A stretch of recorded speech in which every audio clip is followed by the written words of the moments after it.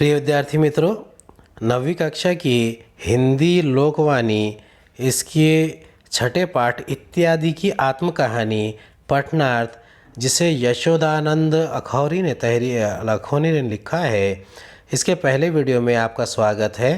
पहले हम यशोदानंद अखौरी का परिचय देखेंगे और उसके बाद हम इस पाठ को पढ़कर समझने की कोशिश करेंगे। पहले देखते हैं कि ये विषय किस बारे में है।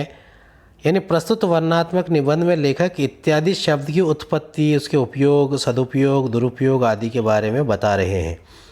यानी शब्दों की उत्पत्ति और उसके उपयोग और सदुपयोग, दुरुपयोग के बारे में बता रहे हैं। परिचय। अखौरी जी भारत मित्र, शिक्षा, विद्या, विनोद पत्र पत्रिकाओं के संपादक रह चुके हैं। आपके वर्णनात्मक निबंध विशेष रूप से पठनीय रहे हैं। गद्य संबंधी वर्णनात्मक निबंध क्या होता है? वर्णनात्मक निबंध में किसी स्थान, वस्तु, विषय, कार्य आदि के वर्णन को प्रधानता देते हुए लेखक व्यक्तित्व एवं कल्पना का समावेश करता है। इसमें लेखक ने इत्यादि शब्द के उपयोग, सदुपयोग, दुरुपयोग के बारे में बताया है। मौलिक सृजन। अब धन्यवाद शब्द की आत्मकथा अपने शब्दों में हमें लिखना है। चलिए पहले इसे पढ़ते हैं, इसे समझने की कोशिश करते हैं और फिर इसके जो इत्यादि शब्द इसमें दिए गए हैं उसका हम खुलासा भी करेंगे। आपको, मुझे उम्मीद है कि आपको ये बहुत ही अच्छे से समझ में आएगा। शब्द समाज में मेरा सम्मान कुछ कम नहीं है। यानी शब्द समाज में सम्मान कम नहीं है। किसका सम्मान कम नहीं है? मेरा सम्मान। मेरा सम्मान यानी इत्यादि का सम्मान। मेरा इतना आदर है कि वक्ता और लेखक लोग मुझे ज़बरदस्ती घसीट ले जाते हैं। आदर करना यानी इज्जत करना। कौन ले जाते हैं? वक्ता यानी तकरीर करने, स्पीच देने वाले। लेखक यानी राइटर, वो क्या करते हैं? ज़बरदस्ती घसीट ले जाते हैं। दिन भर में मेरे पास न जाने कितने बुलावे आते हैं। यानी यहाँ पर शब्द कह रहा है कि दिन में उसके कई सारे बुलावे आते हैं, कई सारे लोग उन्हें बुलाने आते हैं। सभी सोसाइटियों में जाते जाते मुझे नींद भर सोने की भी छुट्टी नहीं मिलती। अब कहाँ कहाँ से बुलावा आता है? सभी सोसाइटियों से बुलावा आता है और कोई इत्यादि को सोने नहीं देता, उन्हें छुट्टी नहीं मिलती। यदि मैं बिना बुलाए भी कहीं जा पहुंचता हूं तो भी सम्मान के साथ स्थान पाता हूं। सच पूछिए तो शब्द समाज में यदि मैं इत्यादि न रहता तो लेखकों और वक्ताओं की न जाने क्या दुर्दशा होती। यानी इत्यादि यहाँ पर कह रहा है कि बिना बुलाए कहीं भी पहुंचता हूं तो सम्मान के साथ स्थान पाता हूं। यानी सब उसका, इत्यादि का सम्मान करते हैं, क्योंकि अगर शब्द समाज में इत्यादि नहीं रहता तो जितने भी लेखक है, राइटर है, वक्ता है, यानी जो तकरीर करने वाले, स्पीच देने वाले, उनकी बहुत ही बुरी दुर्दशा होती, बहुत बुरी हालत हो जाती।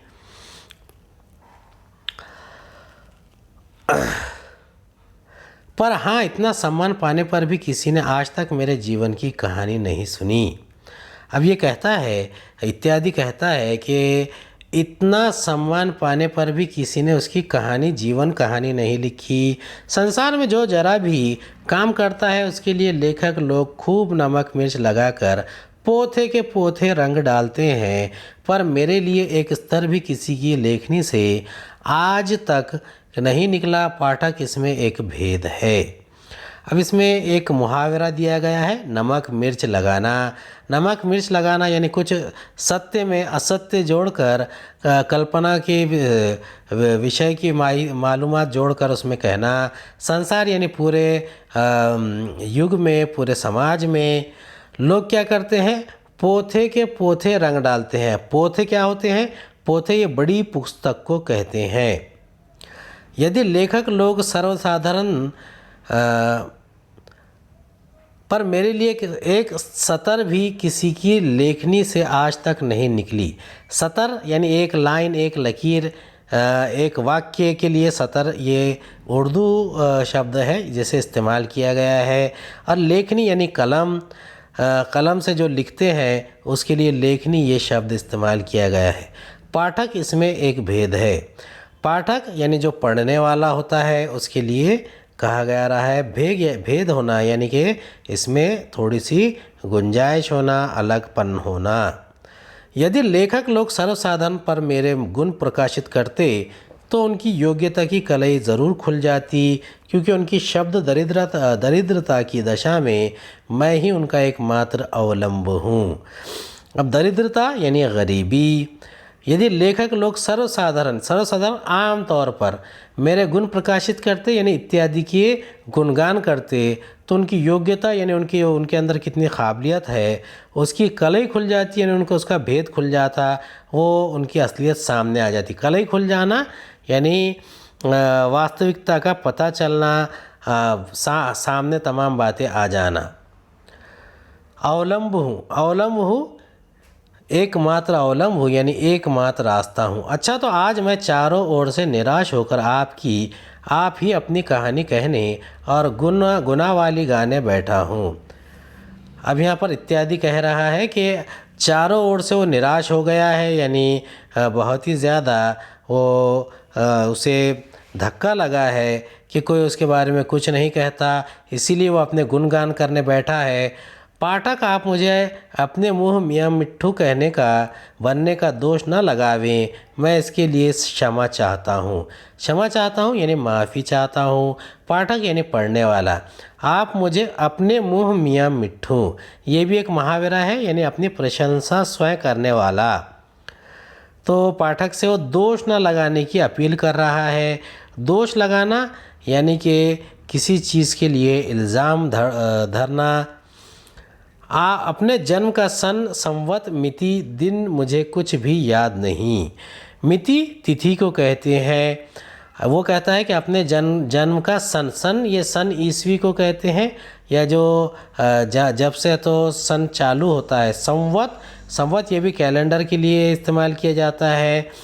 अब वो इत्यादि कह रहा है कि उसे कुछ भी याद नहीं है। अब देखिए शब्द हमसे क्या कर रहा है, हमसे बात कर रहा है।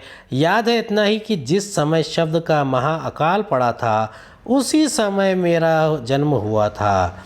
यानी शब्द का महाअकाल पड़ना यानी जब है तो शब्द लोगों को मिलते नहीं थे, इसीलिए इत्यादि इस शब्द का जन्म हुआ, यानी शब्दों की कमी होने के बाद। मेरी माता का नाम इति और पिता का नाम आदि है। अब यहाँ पर शब्द इत्यादि कह रहा है कि उसकी माता इति है और पिता आदि है। मेरी माता अविकृत अवयव घराने की है। मेरे लिए ये थोड़े गौरव की बात नहीं है, क्योंकि बड़ी कृपा से अवयव वंश वाले प्रतापी महाराज प्रत्यय के भी अधीन नहीं हुए, तो वे स्वाधीनता से विचरते आए हैं। अब यहाँ पर ये बहुत ही ख़ास बात की जा रही है कि जो इत्यादि है वो किस घराने से ताल्लुक़ रखते हैं, अविकृत अवयव के घराने से ताल्लुक़ रखते हैं। और यहाँ पर इत्यादि कहते हैं कि ये गौरव की भी बात नहीं है, क्योंकि अव्यय वंश वाले प्रतापी महाराज प्रत्यय के अधीन नहीं हुए हैं और वो स्वाधीनता से विचारते आए हैं। मेरे बारे में किसी ने कहा था कि यह लड़का विख्यात और परोपकारी होगा, अपने समाज में ये सबका प्यारा बनेगा। मेरा नाम माता पिता ने कुछ और नहीं रखा, अपने ही नामों को मिलाकर वे मुझे पुकारने लगे। इससे मैं इत्यादि कहलाया। कुछ लोग प्यार में आकर पिता के नाम के आधार पर आदि ही कहने लगे। अब यहाँ पर इत्यादि कहता है कि ये वो एक विख्यात लड़का और परोपकारी होगा, किसी ने इसके बारे में कहा था, और अपने समाज का प्यारा बनेगा। तो माता पिता ने नाम नहीं रखा बल्कि अपने ही नामों को जोड़कर इत्यादि कर दिया। माता इति, पिता आदि, दोनों मिलाकर इत्यादि। अब कुछ लोग क्या कहते हैं, माता का नाम हटा देते हैं और सिर्फ पिता के नाम यानी आदि से पुकारते हैं। पुराने ज़माने में मेरा इतना का नाम नहीं था। कारण यह कि एक तो लड़कपन में थोड़े लोगों से मेरी जान पहचान थी, दूसरे उस समय बुद्धिमानों के बुद्धि भंडार में शब्दों की दरिद्रता भी न थी। पुराने ज़माने की बात है कि जब वो लड़कपन था, यानी जब हिंदी भाषा जन्म रही थी, इसमें थोड़ी थोड़ी बातें आई थी, तब शब्दों का अकाल नहीं था। जितने बुद्धिमान लोग थे उनके पास बुद्धि का भंडार था और शब्दों में दरिद्रता नहीं थी, गरीबी नहीं थी। अब पर जैसे जैसे शब्द दरिद्रता बढ़ता गया, वैसे वैसे मेरा सम्मान भी बढ़ता गया। यानी शब्दों की गरीबी आने लगी तो उसकी वो साथ साथ इत्यादि का सम्मान भी बढ़ गया। आजकल की बात मत पूछिए, आजकल मैं ही मैं हूँ। मेरे समान सम्मान वाला इस समय मेरे समाज में कदाचित विरला ही कोई ठहरेगा। अब इत्यादि ये खुद से कह रहा है कि आजकल उसका बहुत सम्मान है और वही हर तरफ छाया हुआ है और उसके इतना सम्मान किसी को भी नहीं मिलता। सम्मान, आदर यानी इज़्ज़त, आदर की मात्रा के साथ मेरे नाम की संख्या भी बढ़ चली है। आजकल मेरे अपने नाम हैं, भिन्न भिन्न भाषाओं के शब्द समाज में मेरे नाम भी भिन्न भिन्न है। यानी अलग अलग भाषा में इत्यादि अलग अलग चीज़ों को कहते हैं।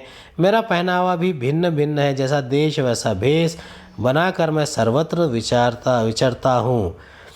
यानी इत्यादि का जो पहनावा है वो हर जगह अलग अलग हो रहा है, भिन्न भिन्न हो रहा है। हर देश में उसका नया भेष होता है, सर्वत्र वो चलता है। आप तो जानते ही होंगे कि सर्वेश्वर ने हम शब्दों को सर्वव्यापक बनाया है। अब ये कदाचित यानी कभी कभी, विरला यानी कोई कोई, विख्यात यानी प्रसिद्ध, सर्वत्र यानी हर जगह, सर्वव्यापक यानी सब में रहने वाला। अब यहाँ पर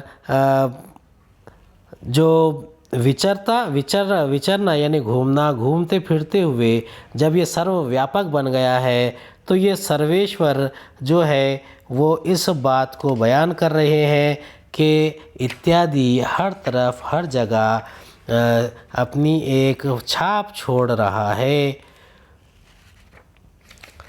इसी से मैं एक ही समय अनेक ठौर काम करता हूँ। ठौर यानी जगह, कई जगह वो काम करता है इत्यादि, इसीलिए उसे सर्वव्यापक बनाया गया है। इस घड़ी भारत की पंडित मंडली में भी विराजमान हूँ। यानी घड़ी इस वक्त में, इस घड़ी इस वक्त में, पंडित मंडली यानी जो ब्राह्मण लोग होते हैं, ख़ास तौर पर पूजा पाठ करने वाले, या फिर जो पढ़े लिखे लोग होते हैं, ज़्यादा जो ज्ञान अर्जित करते हैं, उनके पास भी वो विराजमान है, ऐसा कहता है। जहाँ देखिए वहीं मैं परोपकार के लिए उपस्थित हूँ। यानी जो जहाँ पर वो जाएगा वहाँ पर परोपकार बांटेगा, ऐसा इत्यादि कहता है। क्या राजा, क्या रंक, क्या पंडित, क्या मूर्ख, किसी के घर जाने आने में मैं संकोच नहीं करता, अपनी मान हानि नहीं समझता। अन्य शब्दों में यही गुण नहीं, वे बुलाने पर भी कहीं जाने आने में गर्व करते हैं, आदर चाहते हैं, जाने पर सम्मान का स्थान न पाने से रूठ कर उठ भागते हैं। मुझ में ये बात नहीं है, इसी में मैं सबका प्यारा हूँ। अब यहाँ पर कहा गया है राजा और रंक। राजा यानी पैसे वाला, रंक यानी जो निर्धन होता है, गरीब होता है, पंडित यानी जो पढ़ा लिखा है, मूर्ख यानी बेवकूफ़। अब ये हर जगह जाने आने में कभी भी संकोच नहीं करता, मानहानि नहीं समझता और शब्दों के संसार में इत्यादि सम्मान का भागीदार बन गया है। उम्मीद है आपको हमारा वीडियो पसंद आया होगा। अगले वीडियो में दोबारा मुलाकात होगी।